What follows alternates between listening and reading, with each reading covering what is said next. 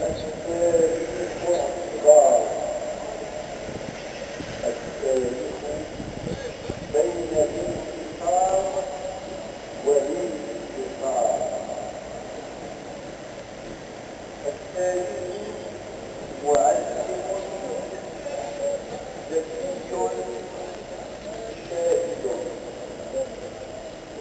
يعلمنا ما فيه يحقق مقتضيات إخلافنا فوق الأرض. التاريخ يعلمنا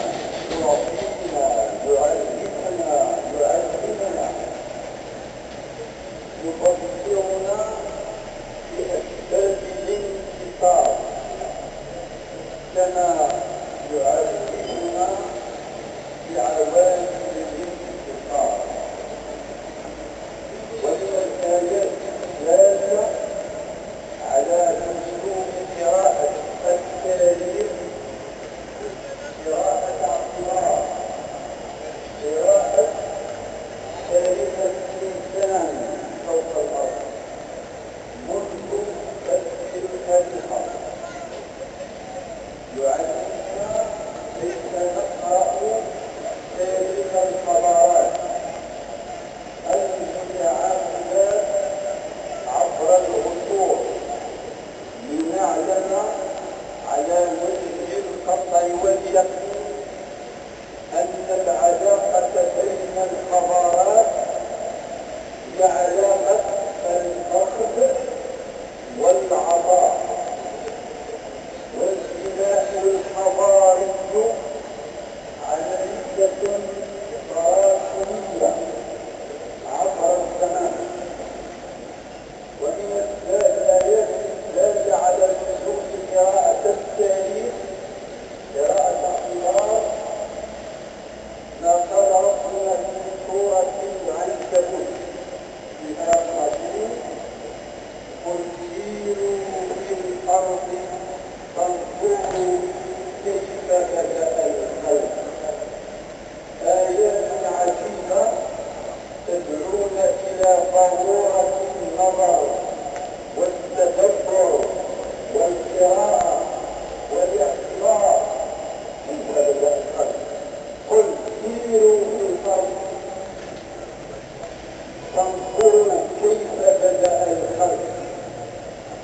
هذه الآيات العظيمة من سورة العنكبوت، وقد وردت في هذه الصيغة في عديد المرات في القرآن الكريم. في سورة العنكبوت الآيات 20، في سورة الأنعام الآية رقم 11، في سورة النمل الآية رقم 69، في سورة الروم الآية رقم 42. ووردت بصيغة أخرى تسير كما في سورة آل عمران الآية 139، حيث يقول ربنا جل جلاله: قد خلت من قبلكم سنن دعوة إلى النظر سنن. هذه السنن لا تعرف المكملات ولا تعرف المحتاجات، من تعرف عليها وأحسن التعامل معهم خطر، ومن لم يتعرف عليها ولم يحسن التعامل معها خطر. انتصار أو انتصار. قد خلت من قبلكم سنن فسيروا في الأرض فانظروا كيف كان عاقبة المكذبين.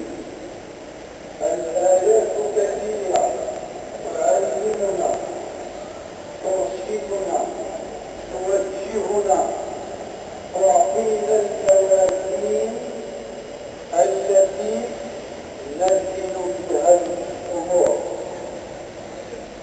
التاريخ انتصار. متى تتحقق الانتصارات؟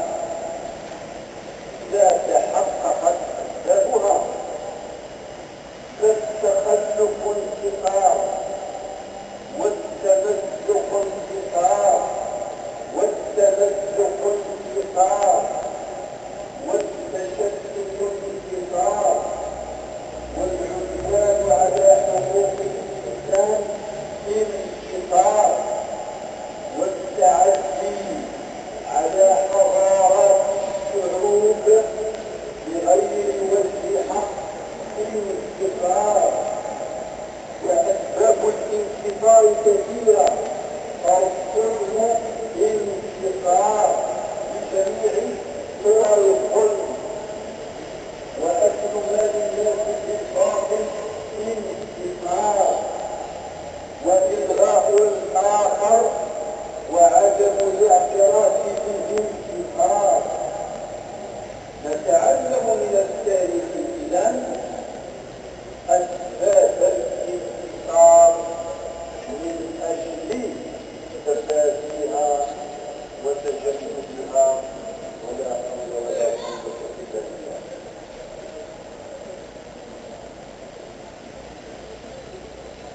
الحمد لله رب العالمين، والصلاة والسلام على أشرف التاريخ انتصار.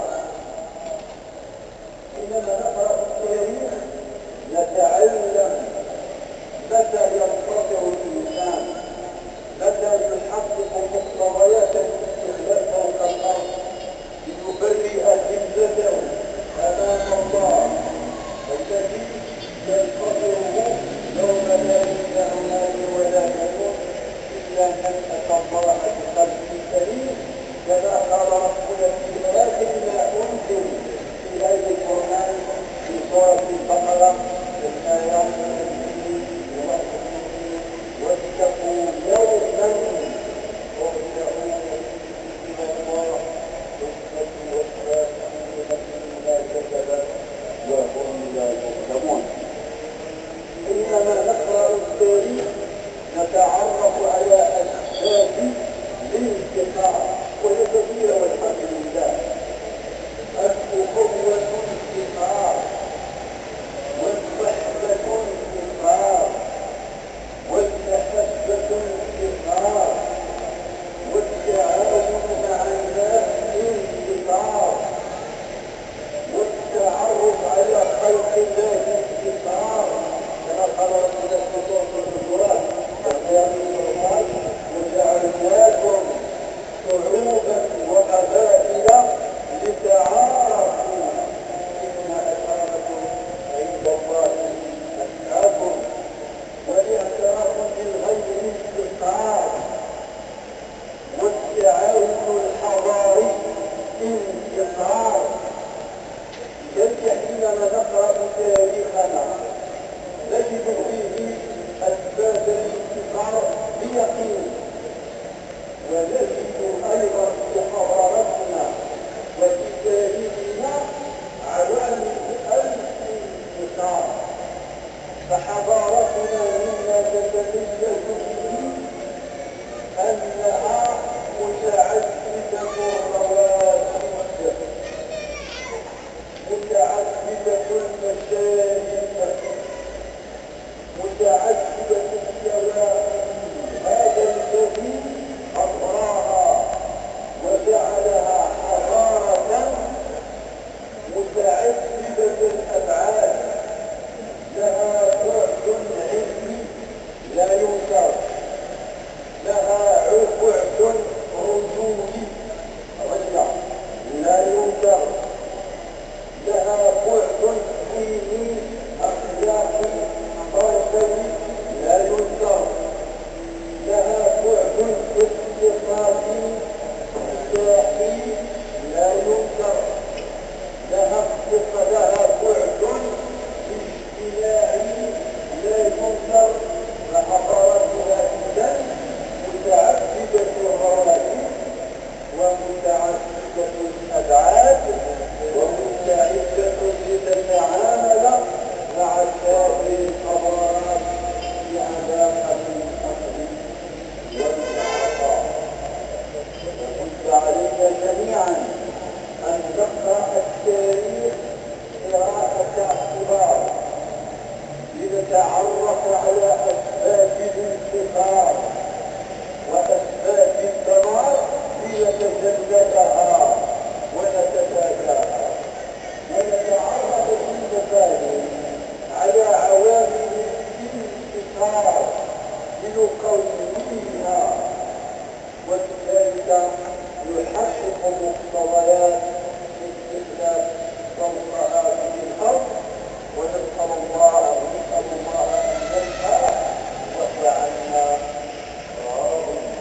اللهم انا نسالك الشفاء والعافيه والغنى واشف مرضانا ومرضى المسلمين وارحم موتانا وموتى المسلمين اللهم ارنا الحق حقا وارزقنا اتباعه وارنا الباطل باطلا وارزقنا اجتنابه اللهم قل بايدينا حتى السلام عليك اللهم زدنا ايمانا وتقوى ويقينا اللهم زدنا ألفة وأخوة ومحبة وسعادة اللهم انا نسالك من اي ما سالك من سيدك محمد صلى الله عليه وسلم ونعوذ بك من شر السعاده في امه محمد صلى الله عليه وسلم انت المستعان واعنا على طاعتك اللهم اعنا على ذكرك وشكرك وحسن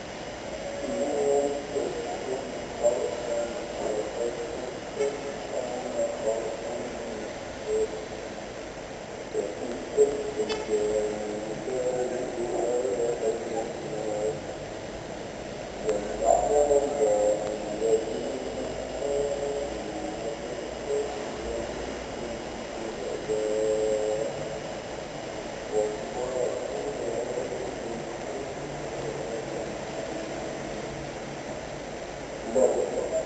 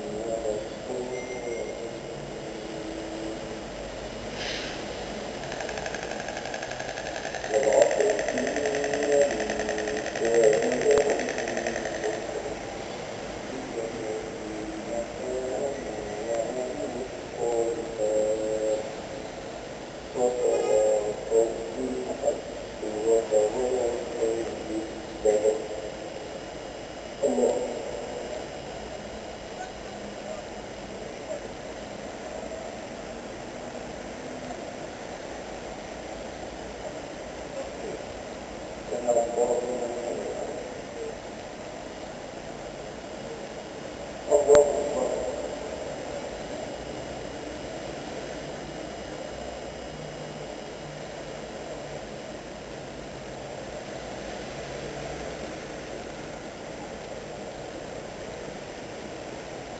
الله أكبر.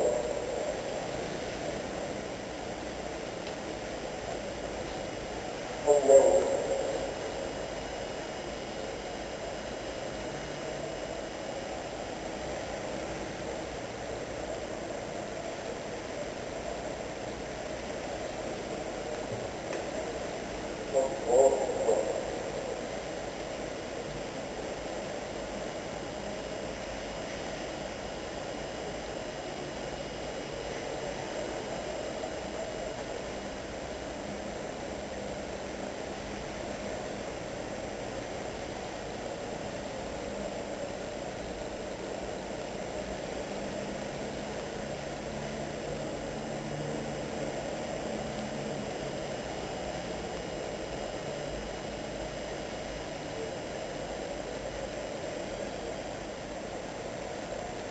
السلام عليكم.